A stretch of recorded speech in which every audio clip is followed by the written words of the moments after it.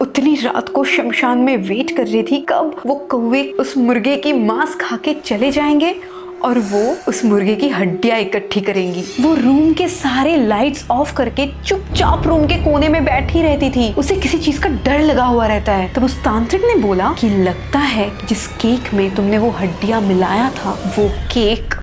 Hello इनस fam, फिर से guys आज मैं एक सच्ची घटना आपके साथ शेयर करने वाली हूँ। स्टोरी का जो एंडिंग है वो इतना ज़्यादा बुरा टाइप का एंडिंग है कि यार मुझे भी सुन के बहुत ज़्यादा बुरा लग गया।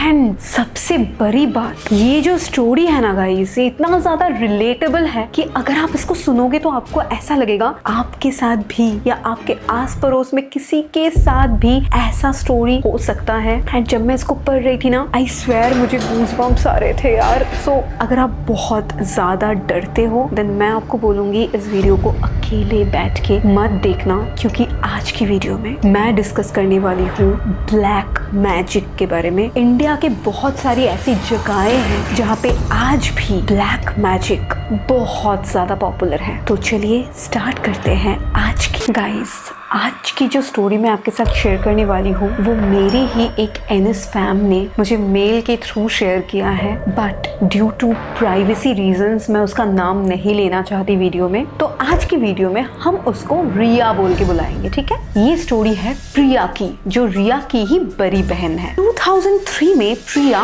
5th क्लास में पढ़ती थी और रिया उससे 2 साल छोटी थी। जिस स्कूल में प्रिया और रिया वो दोनों ही पढ़ते थे वो एक कोएड स्कूल था, मतलब वहाँ पे लड़के लड़कियां सब एक साथ पढ़ते थे। गाइस, आपने बहुत बार बहुत सारे मूवीज में देखा होगा या फिर कई जगहों पे आपने सुना होगा कि कुछ लोगों का चाइल्डहुड क्रश होता है। मतलब बचपन में किसी को देख के थोड़ा अट्रैक्ट हो जाना, थोड़ा अच्छा लगना, ये बहुत ज्यादा कॉमन चीज है। प्रिया को अपने स्कूल के ही एक क्लासमेट के ऊपर बहुत बड़ा क्रश था एंड प्रिया उस क्लास की टॉपर थी। हर साल वो फर्स्ट आती थी, बट स्टडीज में इतना अच्छे होने के बावजूद भी प्रिया के ज्यादा दोस्त नहीं थे स्कूल में। वो बिल्कुल चुपचाप रहती थी। वो अच्छे से वेल ड्रेस्ड अप होके या फिर अच्छे से एकदम सज सवर के स्कूल नहीं जाती थी और इसी वजह से वो बहुत ज्यादा अंडर कॉन्फिडेंट भी थी। मतलब उसे ऐसा लगता था यार कि मैं तो सुंदर नहीं हूँ, दूसरी लड़कियां मुझसे काफी ज्यादा सुंदर है, तो शायद मुझसे इसीलिए कोई बात नहीं करना चाहता और इसी वजह से वो किसी से भी ज्यादा बातें नहीं करती थी सिवाय अपने बहन रिया के। तो उसने अपनी बहन को उसके क्रश के बारे में सब कुछ बताया। उस लड़के का नाम था सिद्धार्थ, जिसके ऊपर प्रिया का क्रश था। तो प्रिया की बहन रिया ने जब इन सारी चीजों के बारे में सुना, उसने तो बस मजाक उड़ाया कि यार अभी तो हम बच्चे हैं, अभी इस उम्र में किसको क्रश होता है। बट प्रिया का ये क्रश कितना ज्यादा सीरियस था वो और किसी को भी पता नहीं था। कुछ साल बाद जब प्रिया 10th स्टैंडर्ड में थी, प्रिया का सिद्धार्थ के ऊपर क्रश और ज्यादा बढ़ता गया। अभी हम स्किप करेंगे 2008 में। उस साल प्रिया, सिद्धार्थ, इन लोगों का ना बोर्ड एग्जाम था, तो हर कोई ना पढ़ाई में बहुत ज्यादा सीरियस हो रहा था और ये बात सबको पता था कि प्रिया जितनी स्टूडियस, मेरिटोरियस, टैलेंटेड स्टूडेंट बहुत कम है और इसी वजह से कुछ लड़कियां प्रिया से दोस्ती करना चाहती थी। बट ये बात प्रिया को समझ में नहीं आया एंड एक दिन प्रिया की ग्रुप की सारी लड़कियां अपने अपने बॉयफ्रेंड्स के बारे में, अपने अपने क्रशेस के बारे में बातचीत कर रहे थे और उस टाइम पे प्रिया ने उन लोगों पे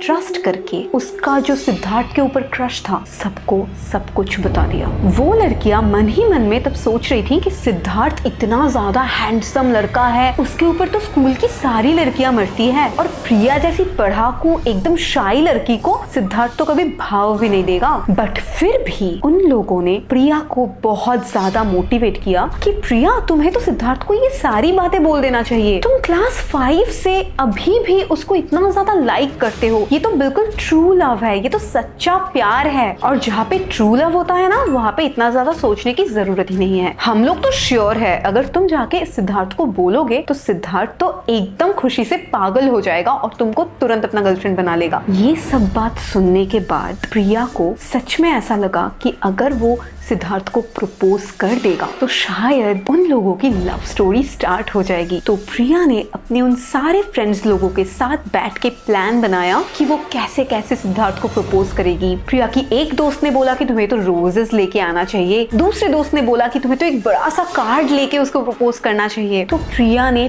पूरी तैयारी करी एंड नेक्स्ट डे सैटरडे था, तो प्रिया ने सोचा कि स्कूल की छुट्टी होने के बाद वो उसी दिन सिद्धार्थ को प्रपोज करेगी और सब कुछ लेके जब स्कूल की छुट्टी हो गई तब उसने अपने फ्रेंड्स को बोला कि तुम लोग भी मेरे साथ चलो, मैं अकेले जाके सिद्धार्थ को प्रपोज नहीं कर सकती। और ये बात सुन के प्रिया के सारे फ्रेंड्स, सो कॉल्ड फ्रेंड्स, बहुत ज्यादा खुश हो गए। तो वो सब मिलके सिद्धार्थ के पास गए और उस टाइम पे सिद्धार्थ अपने दोस्तों के साथ बातें कर रहा था। जब प्रिया सिद्धार्थ के सामने गई वो बिल्कुल फ्रीज हो गई। उसको इतना ज्यादा डर लग रहा था, इतना ज्यादा शाई फील हो रहा था। प्रिया की वो सो कॉल्ड फ्रेंड्स उसे बहुत ज्यादा मोटिवेट कर रहे थे कि प्रिया अब तो बोल देना, अभी तो बोल दे यार, सब कुछ सही हो जाएगा। और प्रिया ने बिल्कुल फिल्मी तरीके से सिद्धार्थ को प्रपोज कर दिया। बट सिद्धार्थ ने जो फूल प्रिया ने सिद्धार्थ को दिया था, सिद्धार्थ ने वो सारा फूल फेंक दिया, चॉकलेट्स फेंक दिए। और तो और उसने प्रिया को ये भी बोला, क्या तुमने अपनी शक्ल देखी है? तुम्हें लगता है कि मेरे जैसा लड़का तुम्हारी जैसी लड़की को गर्लफ्रेंड बनाएगा? ये सब सपनों में भी मत सोचना, ठीक है? प्रिया को ह्यूमिलिएट करने के बाद वो अपने दोस्तों के साथ हंसने लगा। और जब प्रिया पीछे मुड़ के देखी कि जो फ्रेंड्स उसे इतना ज्यादा मोटिवेट कर रहे थे वो भी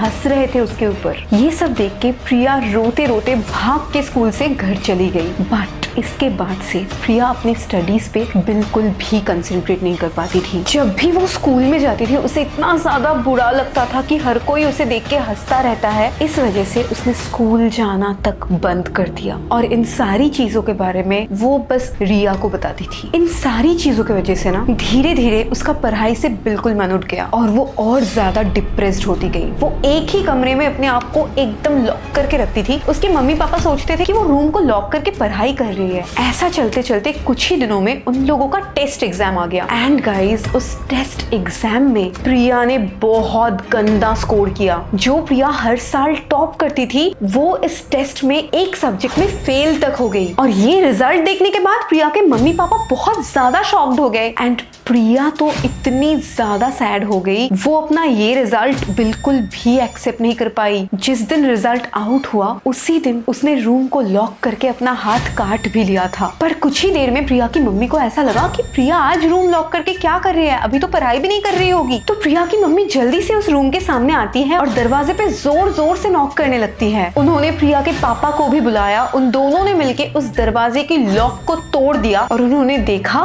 कि प्रिया अपने बेड पे पड़ी हुई है और पूरा बेड खून से भर चुका है। इतना ज्यादा खून बह गया था। वो लोग जल्दी जल्दी प्रिया को हॉस्पिटल में लेके गए और ये देख के ना रिया भी बिल्कुल सदमे में आ गई। और जब प्रिया हॉस्पिटल में एडमिट हो गई तब रिया अपनी मम्मी से वो सारी घटनाएं वो बता देती है कि उसके दीदी के साथ स्कूल में क्या क्या हुआ और सिद्धार्थ ने उसके दीदी के साथ क्या किया। और ये सब सुनने के बाद प्रिया की मम्मी सिद्धार्थ के ऊपर बहुत ज्यादा गुस्सा हो गई। एंड गाइस, ये जो कहानी है ना ये असम की है। अगर आपने असम के बारे में अगर आप थोड़ा सा रिसर्च करोगे ना देन आप जान पाओगे कि एक बहुत ज्यादा फेमस काली मंदिर असम में है जिसका नाम है कामाख्या टेम्पल। एंड वो बहुत ज्यादा जागृत मंदिर है। एंड असम की एक डिस्ट्रिक्ट ऐसी है जहाँ पे वर्ल्ड की सबसे ज्यादा ब्लैक मैजिक प्रैक्टिस किया जाता है। उसी दिन अपने बेटी को हॉस्पिटल में छोड़ के प्रिया की मम्मी एक तांत्रिक के पास गई। जिस लड़के की वजह से प्रिया अपने जान देने वाली थी वो उसी लड़के का जान ले लेना चाहती है। और तब उस तांत्रिक ने उनको बताया सिर्फ एक ही क्रिया को करके वो सिद्धार्थ का जान ले सकते हैं। उस क्रिया का नाम है मारन क्रिया। एंड इस ब्लैक मैजिक को करने का प्रोसेस बहुत ज्यादा डरावना है और वो सब कुछ करने के लिए मान गई। उस तांत्रिक ने प्रिया की मम्मी को बोला इस क्रिया के लिए सबसे पहले उसको एक मुर्गा चाहिए। उस मुर्गे को लेके उनको रात के 12 बजे के बाद शमशान में जाना है। वो रात के 12 बजे के बाद एक मुर्गे को लेके शमशान में गई और शमशान में जाके उन्होंने ब्लैक मैजिक का एक जो सिंबल होता है ना वो सिंबल भी बनाया। उस मुर्गे के पैर को बांध के उन्होंने उस सिंबल के बीच में एकदम सेंटर में उस मुर्गे को बिठाया और एक वियर्ड सी एक अजीब सी पूजा परफॉर्म किया जो कि बिल्कुल भी भगवान की पूजा की तरह नहीं था। ब्लैक मैजिक करने के टाइम पे शैतान का पूजा किया जाता है और पूजा करने के बाद उस मुर्गे की बलि भी चढ़ाना था। तो प्रिया की मम्मी ने उस जिंदा मुर्गे की गले को एक छुरी से काट दिया। जब बहुत ज्यादा ब्लड निकल रहा था तब अचानक उस शमशान के अंदर 5-6 कौवे आ गए। उस मरे हुए मुर्गे की मांस को